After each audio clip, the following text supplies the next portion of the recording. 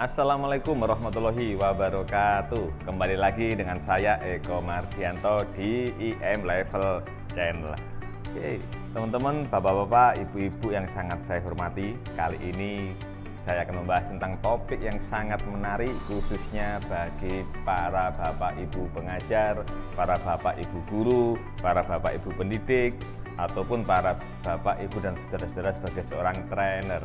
Kali ini saya akan membahas tentang penerapan metode hypnoteaching, suatu metode yang terkenal sangat fenomenal sekali, yang sangat efektif sekali untuk melejitkan prestasi belajar siswa. Mengapa? Karena metode hypnoteaching melibatkan pikiran bawah sadar. Maka dari itu, kali ini untuk mempermudah para bapak ibu guru sekalian dalam menerapkan metode hypnoteaching, saya punya jurus yang sangat jitu sekali. Saya punya strategi yang sangat efektif sekali, sehingga metode hypnoteaching yang nanti akan dibawakan Bapak Ibu guru sekalian akan lebih berdampak signifikan. Apa strategi itu? Strateginya saya kasih nama Abizarjos. Nah, itu strateginya. Apa itu maksudnya Abizarjos? Abizarjos itu sebetulnya adalah nama panggilan dari anak saya yang ketiga. Langsung aja kita akan bahas topik yang sangat menarik ini, yang saya khususkan untuk para guru yang terkenal dengan sebutan yang sangat luar biasa. Apa itu? Pahlawan tanpa tanda jasa. Bapak Ibu saya hormati, topik saya kali ini saya kasih judul penerapan hypnoteaching dengan strategi Abizarjos dalam proses belajar mengajar untuk melejitkan prestasi siswa. Para bapak dan ibu guru yang sangat saya hormati, sebelum kita diskusi tentang topik kali ini, maka saya berharap kita semua tersenyum terlebih dahulu. Kalau nggak tersenyum, kalah sama monyet. Monyet saja bisa tersenyum, masa kita nggak bisa tersenyum? Oke, tersenyum terlebih dahulu. Ting. Oke, lanjut. Bapak-bapak dan ibu-ibu sekalian, perlu diketahui bahwa kita mempunyai dua pikiran yang bekerja di dalam diri kita secara bersama dan saling mempengaruhi satu sama yang lainnya. Yaitu apa? Yaitu pikiran sadar dan pikiran bawah sadar. Pikiran sadar berada di otak kiri. Apa yang didengar oleh telinga atau yang dilihat mata akan diolah oleh pikiran sadar. Pikiran bawah sadar berada pada otak kanan yang mempunyai kemampuan menyimpan ingatan jangka panjang. Pikiran bawah sadar ini sangat berpengaruh dalam menentukan perilaku, pola pikir, sikap, kebiasaan, dan tentunya mempengaruhi dalam kesuksesan belajar. Maka dari itu kita harus memadukan, kita harus melibatkan terutama pikiran bawah sadar tersebut. Karena apa? Pikiran bawah sadar ternyata menurut penelitian sangat mempengaruhi perilaku kita dalam mengambil sebuah keputusan, sangat mempengaruhi perilaku kita dalam menerima sesuatu informasi itu 90%. Seperti itu. Oke. Pengertian hypnoteaching. Kita akan refresh tentang hypnoteaching. Apa sih hypnoteaching itu? Hypnoteaching berasal dari kata hipnosis yang artinya adalah proses memindahkan gelombang otak dari pikiran sadar menuju pikiran bawah sadar. Sedangkan teaching itu adalah mengajar. Terus apa yang dimaksud dengan hypnoteaching? Hypnoteaching adalah suatu cara dalam memberikan materi pelajaran kepada siswa dengan melibatkan pikiran bawah sadar. Saya ulangi lagi.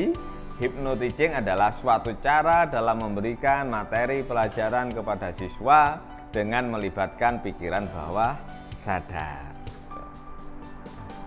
Pikiran bawah sadar dan pikiran sadar saling mempengaruhi satu sama yang lainnya. Pikiran sadar adalah suatu pikiran analitis, kritis, dan logis yang senantiasa kita gunakan untuk berpikir, memutuskan sesuatu dalam keadaan sadar. Dan oleh para ahli diidentikan dengan otak kiri. Pikiran sadar memiliki pengaruh kurang lebih 10% sampai 12% terhadap tindakan dan perilaku. Sedangkan apa itu pikiran bawah sadar? Pikiran bawah sadar adalah suatu pikiran yang kita gunakan untuk menggerakkan seluruh tubuh untuk melakukan sesuatu. Pikiran ini para ahli diidentikan dengan otak kanan. Pikiran bawah sadar memiliki pengaruh 88 hingga 90% terhadap tindakan dan perilaku kita.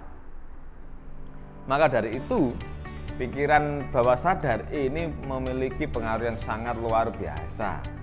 Sekalian, suatu hal yang dilakukan secara terus-menerus dengan pikiran sadar akan menjadi suatu kebiasaan.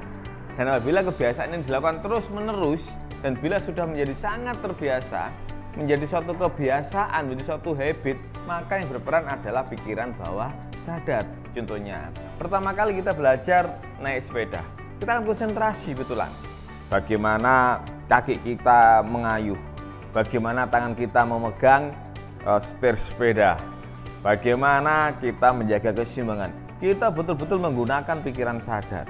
Tapi ketika sudah berhasil dan kita lakukan terus-menerus, maka yang terjadi apa? Kita sudah tidak melibatkan pikiran sadar lagi, tapi kita sudah melibatkan pikiran bawah sadar yang mempengaruhi. Sehingga apa? Asik-asik saja, karena sudah terbiasa seperti itu. Kita belajar nyetir pertama kali, pasti kita semuanya Bapak Ibu sekalian yang sangat saya hormati, konsentrasinya penuh. Mana setir, ya konsentrasi, mana gas, mana kopling, mana rem, mana persneling, itu konsentrasi betulan. Kalau ada suara apapun, jangan ganggu. Ada suara handphone dibiarin, betul nggak? Oh, itu karena apa? Karena pada waktu itu pikiran sadar kita betul-betul kita konsentrasi tinggi, konsentrasi penuh, seperti itu. Itu peran pikiran sadar sangat dominan pada saat kita pertama kali belajar nyetir mobil atau mengendarai mobil.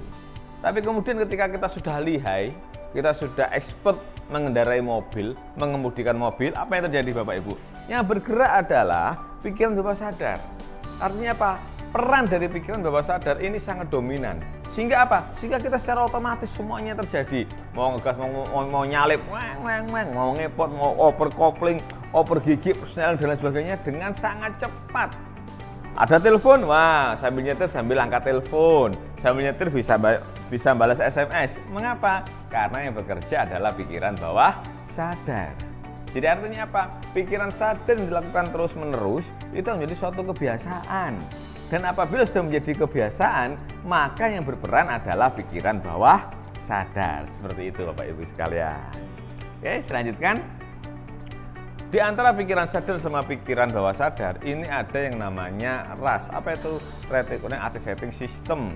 Itu filter atau pembatas. Jadi, semua informasi yang masuk ke dalam diri kita yang melalui panca indera, ya, yang masuk ke otak kita melalui panca indera, itu secara otomatis akan terhubung kepada dua sistem. Yang pertama sistem korteks, sistem berpikir, atau sistem limbik, yaitu sistem berjaga. Maka dari itu Bapak Ibu sekalian, kita harus mengaktifkan sistem korteks supaya terbuka. Sehingga apa? Sehingga siswa dalam kondisi yang siap belajar. Gimana caranya? Maka caranya adalah dengan tenang atau dalam kondisi yang sangat menyenangkan. Sehingga dalam kondisi yang seperti itu, siswa akan betul-betul siap belajar.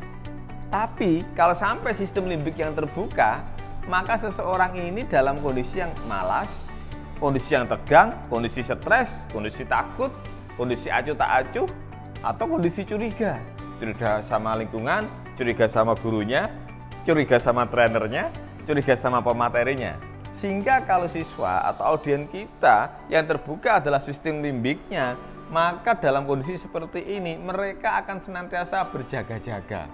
Sehingga apa? Sehingga mereka belum siap menerima pelajaran dari kita, menerima materi dari kita. Mengapa? Karena sistem dalam otaknya sudah terjaga, sudah jaga-jaga.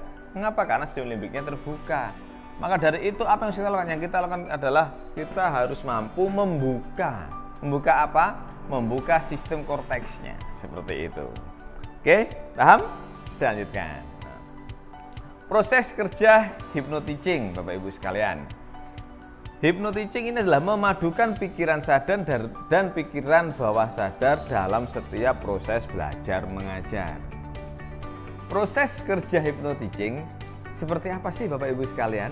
Proses kerja hypnoticing adalah memadukan pikiran sadar dan pikiran bawah sadar setiap proses belajar mengajar.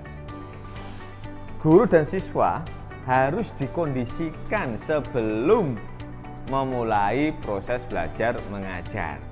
Jadi yang dikondisikan ini tidak hanya siswanya. Kadang-kala kita ini guru ini pede dikondisikan siswanya, enggak. Dalam hypnoticing yang sesungguhnya adalah yang disiapkan itu tidak hanya siswanya, tapi gurunya juga disiapkan. Guru sebagai seorang pengajar yang memberikan pengajaran, guru sebagai seorang yang mengajar, siswa yang sedang menerima pelajaran, ini kedua-duanya harus sama-sama dikondisikan sehingga mereka betul-betul dalam kondisi yang prima, yang tangguh, betul-betul siap untuk belajar sehingga proses belajar mengajar itu bisa tercapai tujuannya dengan maksimal.